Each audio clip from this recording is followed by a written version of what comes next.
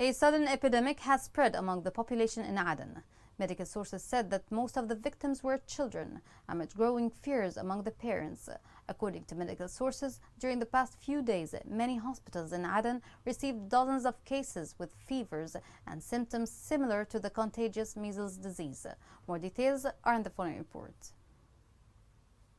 Recent conflict and war in Yemen lead to collapse of the health system, decrease of immunization coverage, and spread of many outbreaks. While much of the world's attention is on battling the COVID-19 pandemic, measles continues to silently kill large numbers of people, mostly children. Measles is a highly infectious human disease caused by the measles virus.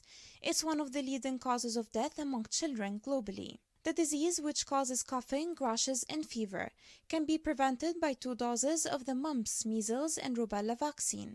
Collapse of the health system due to the ongoing war in Yemen lead to low vaccination coverage. Together, the outbreaks have infected thousands of children and killed thousands more.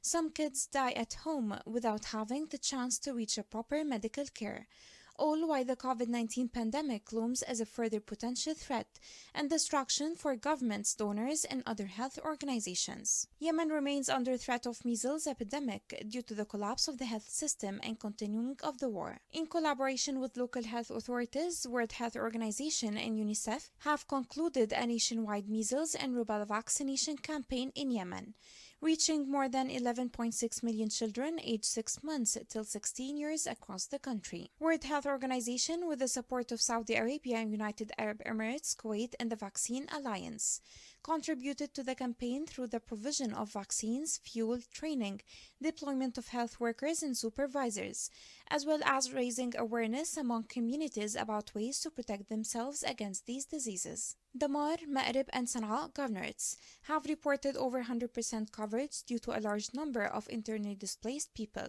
coming from other governorates. The campaign continued for an additional 3 days in districts where low coverage was reported.